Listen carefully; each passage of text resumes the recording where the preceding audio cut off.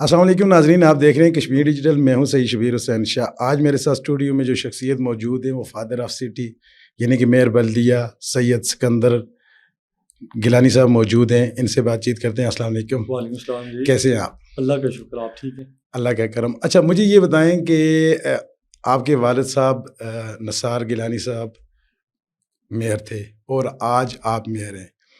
یہ آپ کے خاندان کے لیے قابل فخر بات تو ہے یقیناً، لیکن لوگ اس کو کیا سمجھے، آپ کی قابلیت یا یہ موروثیت ہے؟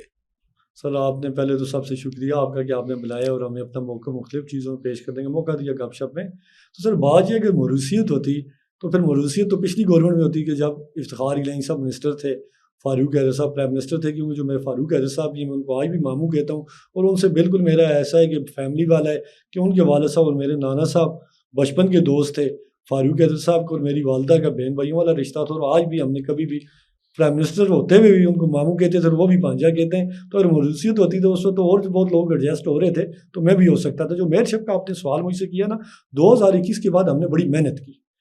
میں نے اسپیشلی افتخار گیلانی صاحب کے ساتھ کہ انہوں نے مجھے ساتھ رکھ کے حلقے کے اندر کافی ہم نے محنت کی. اور جس کا آپ نے دیکھا کہ ادھر اس ٹائم پہ پی ٹی آئی کی گورنمنٹ موجود تھی فیڈرل میں، آزاد کشمیر میں، لیکن جب بلدیاتی الیکشن ہوئے ہم تو واضح اکثریت میں ہم اس حلقے میں جیتے جو کونسلرز کی نشست تھیں.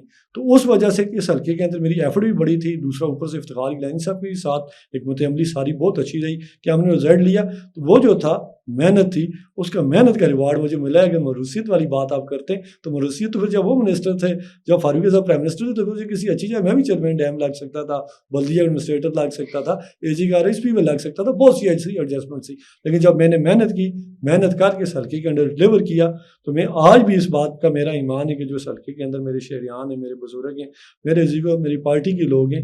ایک بات میں ضرور کہوں گا، میں شاید کام کر نہ سکوں لیکن ان کو ایک بات کا فخر مجھ پہ ہوگا کہ کسی ٹائم پہ میں ان کو چھوڑتا نہیں ہوں، چاہے وہ رات ہے یا دن ہے، کوئی مشکل ٹائم ہے یا خوشی کا ٹائم ہے، میں حلقے میں ان کے ساتھ موجود رہتا ہوں. اور جو اپنے سے بڑے یا چھوٹے ہیں، کبھی بھی آج تک میرے اس 2 سال میں بلدیاتی نظام کے اندر بھی دیکھ لیں، جب سے مجھے کرسی بھی ملی ہے یا اس سے بھی پہلے، کبھی بھی میں نے کسی کی عزت نفس بھی ضرور نہیں کی. ہمیشہ کوئی اپنا اس سے چھوٹا یا بڑا ہے اس کو بڑھ چڑھ کے عزت دی ہے. اور وہی لوگوں کا پیار تھا. جب میں بنا تو لوگ یہ بات موروثیت کی کر سکتے ہیں، لیکن لوگوں نے بھی یہ بات کہی کہ میرٹ میں بنا ہے کہ اسے گراؤنڈ کے اندر ڈلیور کر کے دکھایا. اچھا، ہمارا شہر مظفر آباد چھوٹا سا ایک شہر ہے، دارالحکومت بھی ہے، اور یہاں پہ مسائل یوں کہ توں ہیں، بلکہ ان میں اضافہ ہوا ہے. تو پھر اتنے زیادہ اخراجات کیوں کیے گئے بلدیاتی نظام پر، بلدیاتی انتخابات پر؟ تو اس سے بہتر نہیں تھا اگر بہتری نہیں آ سکتی تھی تو جو ہمارے ڈپٹی کمشنر تھے وہ بطور ایڈمنسٹریٹر یا سرکاری طور پہ جو ایڈمنسٹریٹر تعینات کر دیے جاتے تھے، اور وہ اسی طرح مطلب مسائل اور اسی طرح چل والا معاملہ ہوتا تھا. تو پھر اتنے انتخابات پہ اتنے اخراجات حکومت نے کیوں کیے؟ سر دیکھیں نا، بات یہ تو ایک سسٹم جو آیا نا، جو اس میں تھوڑی سی خرابی پیدا ہوئی نا، وہ 27-28 سال بعد سسٹم دوبارہ اپنی سمت میں جانا شروع ہوا ہے. پہلے تو سسٹم موجود ہی نہیں تھا. اب جب 30 سال کا بیچ میں آپ دیکھیں گے ڈفرینس، ایک سیٹ اپ ہی نہیں تھا. تو جو آج کے ٹائم پہ بلدیاتی نمائندگان ہیں یا میں ہوں، ہمیں ڈلیور کرنے میں بھی مشکلات آ رہی ہیں. لیکن میں آپ کو سچی بات کہوں کہ یہ نظام رہا اور اس نظام کو سپورٹ حکومت کی طرف سے رہی تو اس نظام میں دن بدن بہتری آتی جائے گی. یہ بات نہیں کہ فیلئر کی طرف جائے گا، کیونکہ اب لوگوں نے دیکھنا، آپ کو گلی محلے میں اپنا نمائندہ موجود ہے. جو ان کے وہ مسائل جو اس کے نالج میں ہوتے ہیں وہ ایم ایل ایز کے نالج میں نہیں ہو سکتے. تو اس سسٹم کو ہمیں سپورٹ کرنے کی ضرورت ہے. میں نے ہمیشہ اور اپنے سیاسی پلیٹ فارم پہ بھی کہا ہے کہ اس نظام کو اسٹرینتھن کرنے کا مطلب ہے کہ آپ پولیٹیکل نظام کو اسٹرینتھن کریں. تو آپ آگے دیکھیں گے آنے والے دنوں میں اس میں مزید بہتری آئے گی. جو آپ ابھی کہہ رہے ہیں آج بھی بہتری آ رہی ہے. میں پورے آزاد کشمیر کی بات نہیں کروں گا. دیکھیں نا، ہم تو کیپٹل میں بیٹھے ہوئے ہیں، کیپٹل کے اندر ایشوز ہی کیپٹل کے ہیں، لیکن مظفر آباد کبھی کیپٹل ٹریٹ ہی نہیں ہوا. جو آپ کو مظفر آباد شہر کے اندر ایشو نظر آ رہے ہیں وہ اس لیے نظر آ رہے ہیں کہ مظفر آباد وہ واحد جگہ ہے جہاں پہ پورے آزاد کشمیر کو سرو کرنا پڑ رہا ہے. اور جب ہمارے ساتھ کوئی بھی بات ہوتی ہے تو ہم آ جاتے ہیں حلقہ 3 اور 36 وارڈوں پہ. تو 36 وارڈوں پہ یہ وہ جو فنڈ ہیں، وہ فنڈ آپ جنریٹ اپنے بھی جو کریں یا باقی بھی کریں وہ کر کے آپ ڈلیور یا پرفارم اس طرح نہیں کر سکتے. لیکن ان شاء اللہ تعالیٰ مجھے امید ہے کل میں نہیں ہوں گا، کوئی اور ہوگا، لیکن یہ اگر سسٹم چلتا رہا، ڈیریل نہ ہوا تو اس میں بہتری آئے گی. مجھے بتائیں، مسلم لیگ نون کی حکومت تھی، پچھلی حکومت بھی آپ کے راجہ فاروق حیدر صاحب وزیر اعظم تھے، اور موجودہ حکومت کا بھی حصہ ہے نون لیگ. تو یہ سیدھا ہم ان پہ الزام لگا سکتے ہیں کہ مسلم لیگ نون نے بھی کوئی ایسی کارکردگی یا کوئی ایسا کام نہیں کیا جس کی وجہ سے جو شہر وہ بہتر ہو سکے. سر جو پچھلا ٹینیور تھا نا، اس میں دیکھیں نا آپ نے مسلم لیگ نون نے بہت بڑے بڑے کام کیے. اب اس میں آپ دیکھیں نا جیسے این ٹی ایس تھا، لیکن آپ اس لیول پہ بھی آئے نا کہ جو بچوں کے ادھر ایک ہمیشہ ہوتا تھا سیاسی کیمپین چاہتے تھے، جو کوئی کچھ کرتا نہیں تھا اس کو ٹیچر بھرتی کروا دیتے تھے. مسلم لیگ نون نے آتے ساتھ اس میں بیسٹ افتخار کی لائن صاحب کی بڑا رول ہے, فاروق احمد صاحب کا بڑا, انہوں نے میرٹ لایا. میں تو سچی بات ہے آپ کو کہتا ہوں, حکومت کے اندر میرٹ ہی آ جائے تو یہ ایک بہت بڑی کاوش ہے. آپ دیکھیں ڈسٹرکٹ ٹو ڈسٹرکٹ جتنی ہماری روڈس تھیں وہ مسلم لیگ نون کے دور میں ہوئی. جس طرح ہمارا مارکیٹ ٹریٹمنٹ پلانٹ ہے, یہ ایک بہت بڑا ایفرٹ مظفر آباد کے لیے پروجیکٹ ہے. یہ آیا جو ہمارے ایم سی ڈی پی کے سیوریج کے 2 منصوبے بقایا تھے, اس میں انہوں نے میرے اندر 20-22 کروڑ روپیہ دیا, وہ پروجیکٹ ہے. اس طرح شاہ سلطان برج ہے. اس طرح چھوٹی چھوٹی چیزیں آپ دیکھیں تو, لیکن بات یہ کہ فاروق احمد صاحب نے کبھی بھی اس نظر سے کام نہیں کیا کہ وہ صرف کیپٹل کے وزیر اعظم, انہیں آزاد کشمیر کا پرائم منسٹر بن کے کام کیا, انہوں نے پوری آزاد کشمیر میں ڈلیور کیا. یہی پالیسی افتخار گیلانی صاحب کی بھی تھی کہ اگر وہ سوچتے اپنے حل کے لیے تو کہتے ہیں میں بندے بھرتی کا سلطان, یہ جو سلطان جو ہمارا شاہ سلطان جو برج ہے, اس کے علاوہ کون سا کوئی ایسا ایک کام بتائے نا, ٹریٹمنٹ پلانٹ ہے سر, پانی مل رہا ہے لوگوں کو. دیکھیں نا پروجیکٹ لگتا ہے 1 منٹ کے لیے, آج کی گورنمنٹ اگر کوئی پروجیکٹ دیتی ہے اس کا ٹائم تو لگے گا نا. وہ اینڈ پہ جس پہ ہماری بھی جن کے پاس ایک ہمارا پچھلے دنوں میں ایشو بھی آیا ہوا ہے جگہ والا, وہ آپ کے نالج میں, وہ اسی کمپنی کے پاس ہے. تو وہ ڈیلے ہوا تھوڑا بہت, لیکن اس کمپنی کی پرفارمنس بہت اچھی ہے, وہ کام کر رہی ہے. اور میرے اندازے سے انہوں نے مجھ سے بھی تھوڑا ٹائم لیا تھا, 2 یا 3 مہینے کہ ہمارا کام ختم ہو جائے گا, تو اگلے میرے میکسیمم 6 منتھس میں وہ آپ کو پانی کی سپلائی دے گا.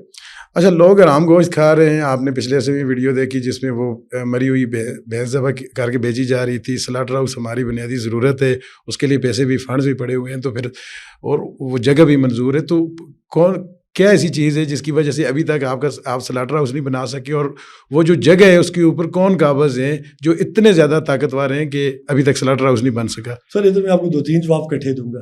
پہلے تو میں دیکھیں نا آپ کو بات ہوں, جیسے میں آیا تو ایک ہمارا منصوبہ تھا رکا ہوا سالڈ ویسٹ کا. بہت سی چیزیں من جانب اللہ ہوتی ہیں, لیکن میں اپنے اللہ پاک کا بھی لاکھ شکر ادا کروں گا, یہ کام انہوں نے میرے تھرو کیا. اس پہ جو سچی بات ہے میرے اوپر افتخار گیلانی صاحب کی رہی کہ انہوں نے مجھے یہی بات کی جس میں پہلے دن بیٹھا تھا. انہوں نے کہا ایک تیرے والد صاحب کا اپنا نام ہے, دوسرا اس شہر کے لیے کوئی ڈلیور کرنا ہے, تو اچھا کرے گا ہم سب کے کھاتے میں ہوگا, تو برا کرے گا تو تیرے کھاتے میں ہوگا, یہ سیاست ہے. تو انہوں نے مجھے یہ بات کہی تھی کہ کوشش کر کے اس شہر کے اندر کچھ نہ کچھ کرنا ہے. اس میں میں نے سالڈ ویسٹ پروجیکٹ کیا, جس طرح بھی ہماری ملازمین کی پینشن تھی. جب پرائم منسٹر صاحب میرے دفتر آئے کہ 98 کا ایشو چل رہا ہے, انہوں نے اعلان کیا, انہوں نے کمٹمنٹ کی میرے ساتھ ادھر سال میں کہ اعلان, بلکہ انہوں نے اپنی اسپیچ میں کیا 3 مہینے کے اندر اندر, لیکن اس کو 5-6 مہینے لگے. آج اللہ پاک نے کیا, وہ معاملہ بھی حل ہو گیا. جو سالڈ ویسٹ پلس سبزی منڈی, یہ آپ نے جو مظفر آباد سٹی کی نا جینون ایشوز بتائیں, لیکن اب بات یہ ہے نا, یہ بات اب سمجھنے والی ہے. اچھا ہے آپ کے پلیٹ فارم سے لوگوں کو پتہ چلے, بہت سی چیزیں میرے اختیار میں نہیں ہیں. ہم نے ان دونوں پہ بڑے عرصے سے ٹرائی کر رہے ہیں کہ میں ان کو لے کے جا رہا تھا پرائیویٹ پبلک پارٹنرشپ کی طرف, کہ آپ بلائیں لوگوں کو, وہ اپنے پرپوزل دیں, بلدیہ کا پرپوزل ہو, گورنمنٹ کو ان سے بیٹھ کے کہ میوچل انڈرسٹینڈنگ سے کہ لوگ انویسٹمنٹس کریں, بے شک وہاں سے ارن بھی کریں, لیکن شہریوں کو بات آپ ہی والی ہے. سلاٹر ہاؤس سے پراپر ایک اس کا ڈاکٹر چیک کر کے جو ایک افزانِ صحت جس کے مطابق گوشت ہوتا ہے وہ میسر آنا چاہیے. وہ میری فائل اوپر گورنمنٹ پہ گئی بھی ہے. اب میں بڑی کوشش کر رہا ہوں کہ وہ جوں فائل نکلتی تو آپ دیکھیں گے انشاءاللہ تعالیٰ سبزی منڈی اور سلاٹر ہاؤس کی کچھ چیزیں میرے اختیار میں نہیں, جو چیزیں گورنمنٹ کے اختیار میں جب تک ان کا اپروول نہیں آتا میں ایڈ نہیں بھیج سکتا.